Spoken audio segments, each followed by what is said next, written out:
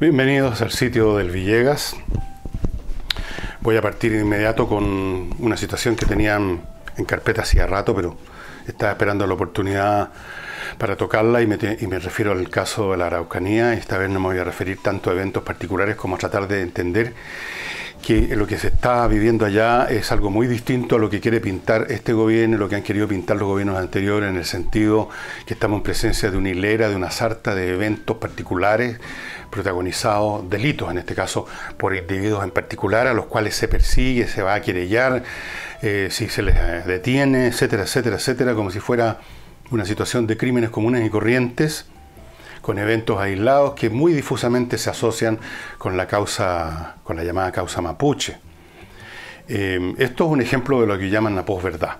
Tratar de convertir la realidad, primero disfrazarla, entenderla, conceptualizarla mal, por una razón política, y luego, aquí entra el pensamiento mágico primitivo, convertir esa realidad en lo que uno quiere que sea mediante la magia de las palabras. Y entonces aquí hemos tenido gente hablando de robo de madera, otros hablando de bandas que se dedican a lo mismo, otros hablando de crímenes aislados, alguien prendió un fuego por aquí, el otro quemó un camión por allá, entonces vamos a iniciar querella contra quienes resulten responsables. No se ha querido ver esto de frente. Entonces se lo pinta como un catálogo nutrido, pero de hechos aislados. Son muchos, pero aislados. En la práctica se tratan así. Eso es falso. Es una falsedad en la cual se han asociado todos los gobiernos que conocemos desde este y los anteriores. Aquí no tenemos, estimados amigos, una sumatoria de delitos aislados. Aquí tenemos una acción concertada, masiva y global, planeada y organizada de subversión de parte del país. Estamos en presencia de un proceso planeado, organizado a todo nivel, con su propia logística, con su propio sistema de comunicaciones, con armamento, con estructuras organizacionales, con sus combatientes, con ayudistas, con infiltrados en el aparato del Estado, como hemos visto en algunos casos, con apoyo político de algunos y con apoyo ideológico de otros. Todo eso es una sola entidad, es un cuerpo, es como un tumor que crece y que se manifiesta con eventos de distintas clases, por supuesto, pero están todos conectados orgánicamente a un proceso que lleva a la subversión de por lo menos una parte del país, una separación de una parte del país del resto, o sea, una división del Estado de Chile. Y con ellos, con esta política de mirar para otro lado, de considerar que todos estos eventos no tienen realmente esta relación con un organismo, sino que son eventos aislados que se van sumando, se sigue una política más o menos como la que siguieron Francia e Inglaterra en los años 30 con Hitler, el apaciguamiento. Creer de que si no se encara frontalmente el problema ahora, va a llegar un momento en que el otro lado se va a satisfacer con lo que ya ha logrado y las cosas se van a calmar. Esa era la política que seguían con Hitler Francia e Inglaterra, o sea, le cedían, se tomaron Austria, pero ya, ok, se tomaron Checoslovaquia, ok, pero ya ahora se va a quedar tranquilo el hombre, así que no lo jodamos, no nos opongamos, reunámonos con él, juguemos a firmar papelitos, de los cuales se reía Hitler.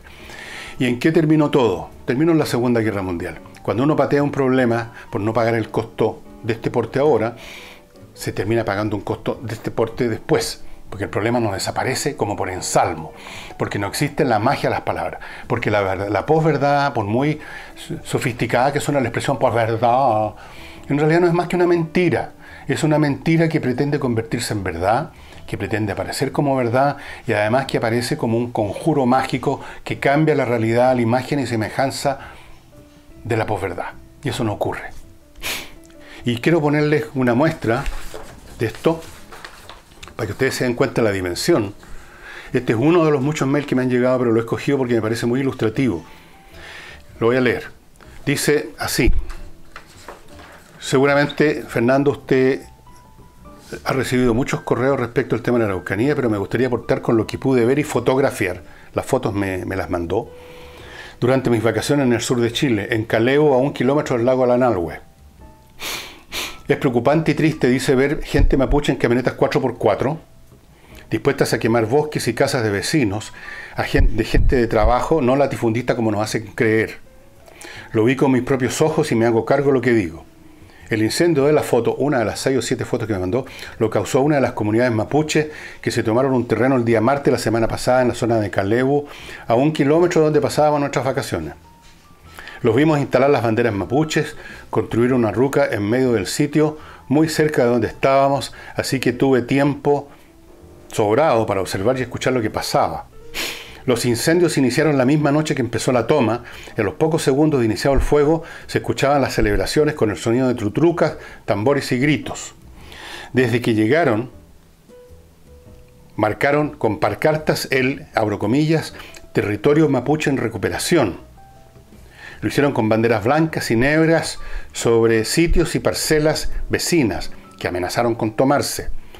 Todas las noches llegaban camionetas y furgones con gente que al pasar agitaban sus chuecas y gritaban gritos de guerra, amedrentando a los vecinos.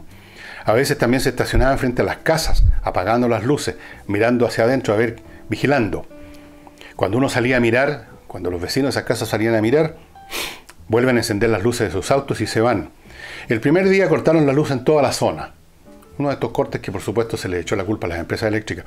Y pude ver por mi ventana cómo subían grupos de gente con linternas hacia los cerros cercanos, 5 grupos de personas que se movían en distintas direcciones y hacían señales con linterna de un cerro a otro, mientras hacían arder el bosque.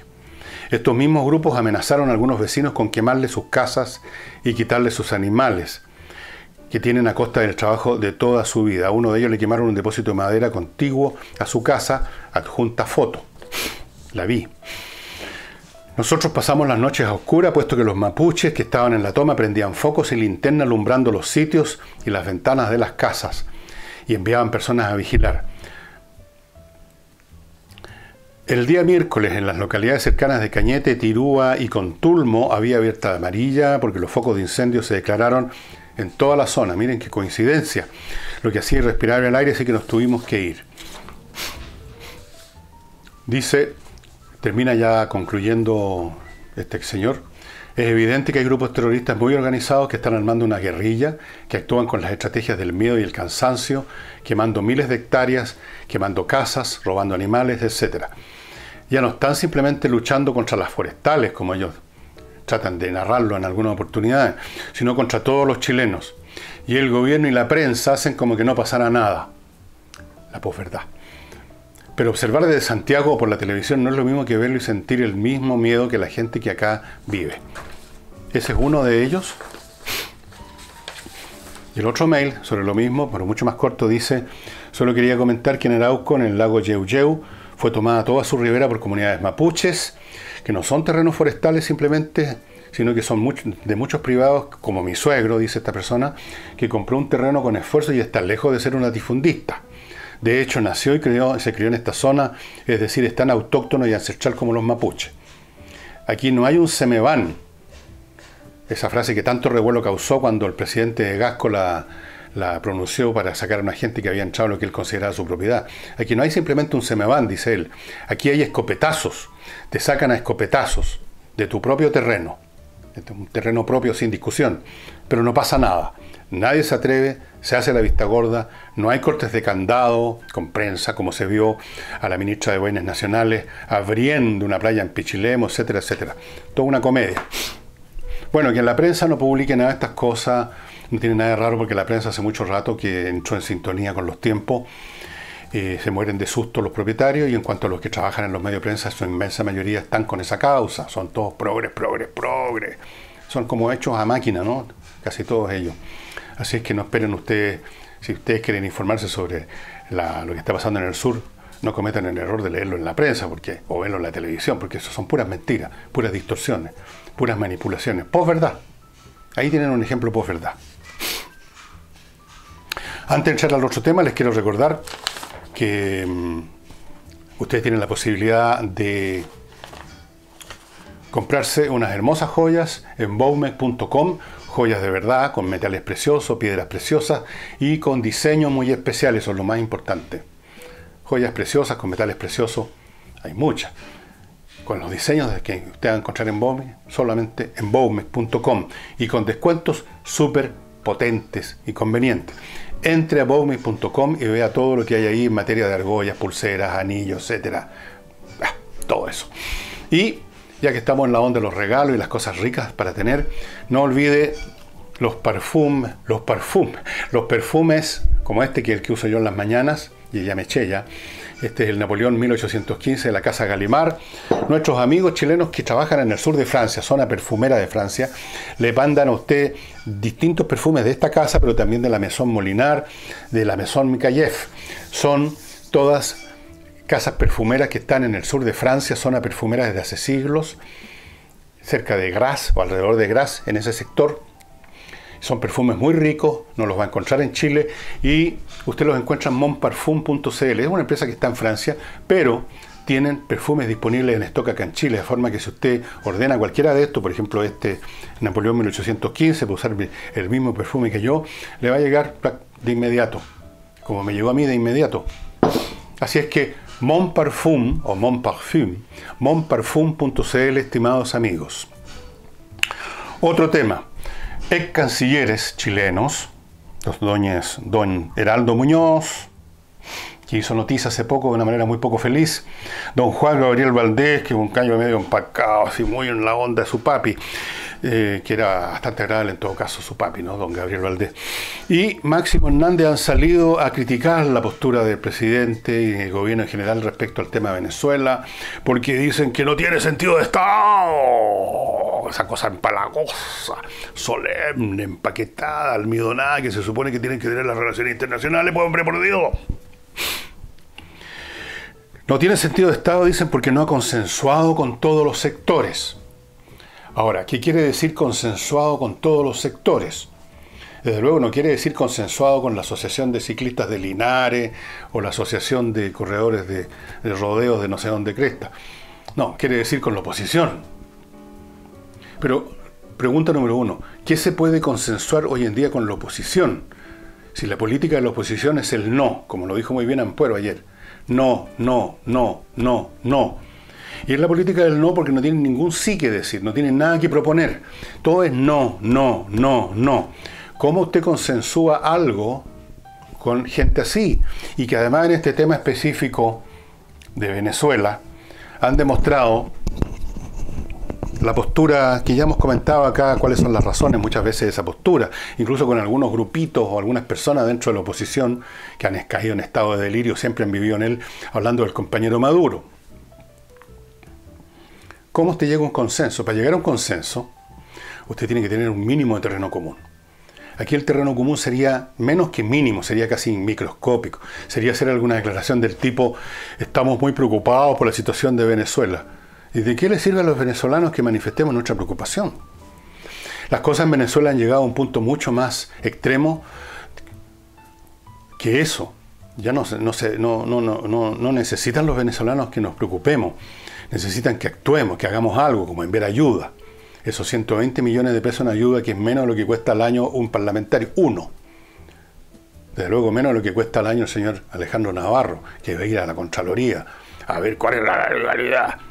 Bueno, Dios, que están preocupados de la legalidad. Estos señores que quieren transformarlo todo y son tan revolucionarios. Bueno, depende del día, de la mañana en que se les... etcétera. Entonces, estos señores cancilleres quieren en el fondo que el gobierno vaya a pedir su visto bueno a la oposición. Que vaya a consensuar con ellos alguna declaración vacía e inútil. Yo encuentro bastante penca este ejercicio de hipocresía, que es lo que es. Bueno, uno sabe que la diplomacia tiene mucho de ese elemento, ¿no? Hipocresía. Palabras empalagosas. Estamos preocupados. Pero con eso no sirve para nada. No estamos para preocupaciones, dicen los venezolanos, estamos para que nos ayuden. Y así es que, vale. Respecto a lo mismo, al tema venezolano, el presidente del PPD dijo que el gobierno debía concentrarse, que viene otra de esas frases absurdas, en una salida democrática pactada. Tenía que sumarse a los países que hablan, países tan prestigiosos como Nicaragua, Corea del Norte, de la salida democrática pactada. Pero esto me recordó inmediatamente esa historia vieja que se contaba para ilustrar a veces el sinsentido de algunos especialistas en economía, ¿no? Algunos economistas que hablan en el aire de cosas que no existen. Era la frase la historia era esa de que había el problema de cómo desembarcar un elefante desde el barco al muelle, y entonces en el informe los economistas empezaba así: haciendo abstracción del peso del elefante. Bien, aquí están haciendo lo mismo, haciendo abstracción del hecho de que en Venezuela no hay democracia, sino una dictadura de facto.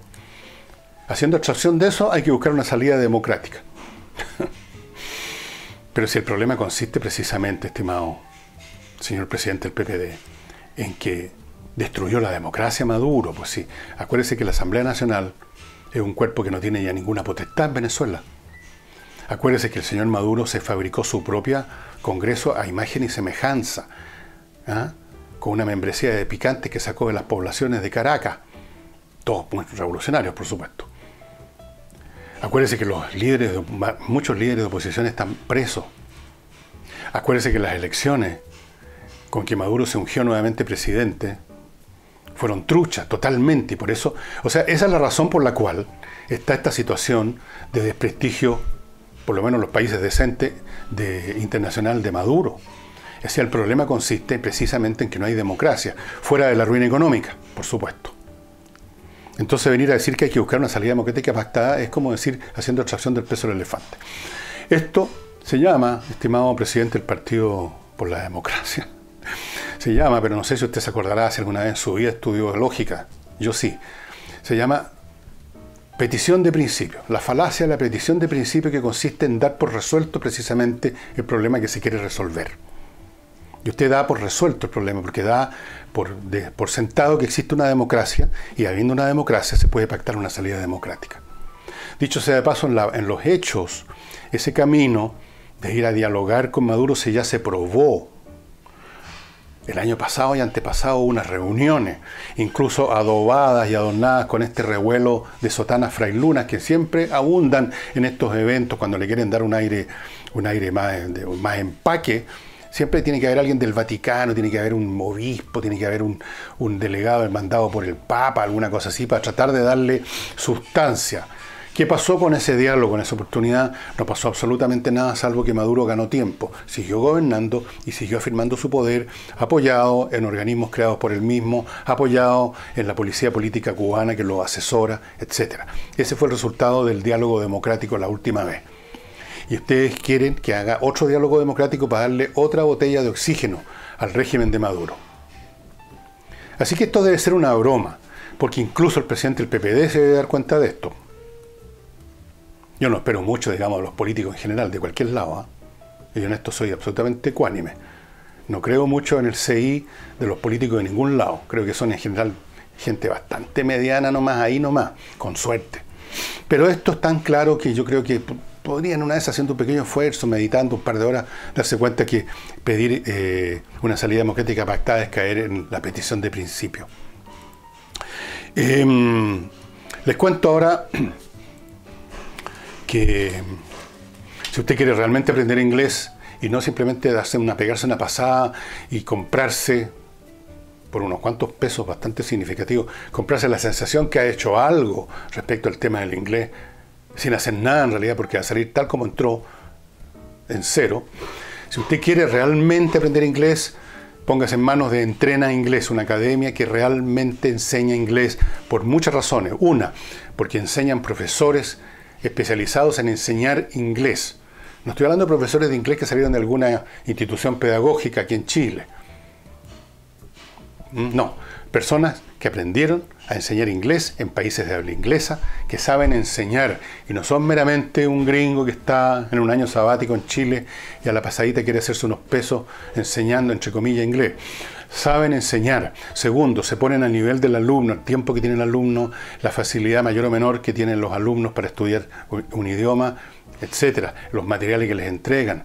La clase la pueden recibir en su residencia o en su lugar de trabajo o, por supuesto, en los locales que están acá abajo a la izquierda de Entrena Inglés. Si no alcanza a leer, haga pausa y anótelos o entre simplemente a entrenainglés.cl, ahí están todos estos datos administrativos. Van a aprender inglés de verdad. Firmado por Fernando Villegas. sé cómo hacen las clases. Yo lamentablemente aprendí inglés a la difícil y me costó 100 veces más de lo que me habría costado si hubiera entrado, si hubiera estado disponible esta academia cuando empecé a estudiar inglés. Pero en fin, da lo mismo. Entrena Inglés está disponible para usted. Entre al sitio y vea todo lo que le ofrece esta academia. Y para terminar el programa de hoy día, porque creo que los demás temas, sí, se está llevando a cabo en este momento en Washington debe ser probablemente la última reunión, o quizás haya otra después, en una de esas, pero teóricamente sería la última reunión entre autoridades norteamericanas y chinas para ver si resuelven el tema de la guerra comercial que nos compete a todos, a todo el planeta, y va a ser bien difícil que se llegue a un arreglo de verdad como quieren los gringos, que no es solamente un tema de comercial, que si pueden entrar más productos a China o no. Tiene que ver con cosas bastante más serias que se vinculan incluso con las ambiciones imperiales de China, porque China está con ambiciones imperiales, quiere desarrollar su tecnología y la ha estado desarrollando en gran parte, no toda, pero en gran parte robando a Estados Unidos y a Europa. Secretos industriales, secretos militares, secretos tecnológicos. Lo hacen de 1000 maneras distintas. De hecho, las empresas que se instalan en China, para que se instalen, tienen que entregar sus secretos industriales a los chinos. O sea, lo que hace que un producto sea lo que es, se lo tienen que regalar a los chinos. Cosa que los chinos en 2, 3, 4 años patan el poto a la empresa gringa y empiezan ellos en alguna empresa de las millones que hay allá a producir lo mismo, una copia. Si muchos de los productos que usted mismo tiene en la mano son copias a la pata. Por ejemplo, todos estos celulares de teléfono son copias a la pata de los primeros iPhone. Y a veces son copias mejores, incluso en alguna oportunidad, pero son copias. Eso va a ser muy difícil que los chinos cedan, porque en el fondo es como ceder el gran caballo de batalla que tienen para llegar a lo que ellos quieren, la dominación mundial. Y cosas como esas son muy difíciles de tratar, así que lo que creo que va a ocurrir, si se llega a buen puerto en estas negociaciones, va a ser un buen puerto ficticio. Van a haber algunas cosas reales, los chinos van a comprar quizás más soya, van a dejar entrar unos cuantos productos más, cosas como esas, en lo real. Pero en lo otro, yo creo que va a quedarse en un nivel declarativo y nunca se va a poder fiscalizar. Los chinos tienen una larga experiencia en hipocresía diplomática, firmar un papel que diga más o menos, bueno, vamos a ver que no haya robo, o vamos a tratar de cambiar. Bueno, pueden usar el lenguaje, la retórica, la florida retórica china es infinita. Puede hacerse un tratado que suene bien para que todos salven la cara, pero en el fondo no creo que suceda que China vaya a rendir sus ambiciones, sus aspiraciones planetarias, simplemente para hacer mejores negocios con Trump. Ellos están dispuestos, llegado al caso, a terminar todos sus negocios con Estados Unidos, que es lo que ocurriría en la práctica si se aplican los nuevos impuestos que amenaza Trump. Están dispuestos a cualquier cosa y pasar las penalidades, que por supuesto no las pasan los jerarcas del Partido Comunista, sino que el pueblo llano de China, para mantener su carrera hacia la dominación mundial. Así, pero, en fin, de todas formas está por verse cómo se va a llegar, si es que se llega, a un tratado final. Y mientras tanto, además hay otro foco de fricción en el mar de la China, cada vez más caliente. Ya de frentón hay almirantes chinos que hablan abiertamente y lo que dicen se publica en la prensa china, de que si China quiere que deje de joder a Estados Unidos navegando, haciendo ejercicio de libre navegación por el mar de la China, lo que hay que hacer es hundirle 1 o 2 portaaviones y matar a 5.000 o 10.000 marineros norteamericanos, porque lo que más temen los norteamericanos es perder vidas. Dicho sea de paso, un raciocinio muy parecido hicieron los japoneses el año 41. Que los norteamericanos eran un pueblo muy blando, muy acostumbrado, muy malcriado, muy acostumbrado a las cosas ricas de la vida, desde niñitos, pasándola bien. Esos tipos no son guerreros, esos tipos no van a combatirnos. Ya sabemos cómo terminó esa historia. Bueno, los chinos capaz que se lleven también un cierto desengaño si iniciaran las acciones en ese plano. Yo creo que China, que a lo largo de tantos siglos, tantas décadas, ha hecho tantos esfuerzos para finalmente asumir cabeza en el escenario mundial, sería bien penoso que después de todo ese esfuerzo, en el cabo de unas 5 o 6 horas, todo ese territorio quedara de regreso a la edad de las cavernas. Sería una pena. Bueno, y eso sería todo. Estoy ya pensando el tema que voy a tratar mañana y espero que les agrade. No estoy seguro todavía, así que no se los aviso. Pero en todos los casos siempre trataré, además de condimentar los temas mostrándoles libros vinculados al tema para que ustedes, si están interesados, los puedan adquirir y meterse en el asunto. Y eso sería todo por hoy día. No quiero alargar artificialmente el programa. Muchas gracias y hasta mañana.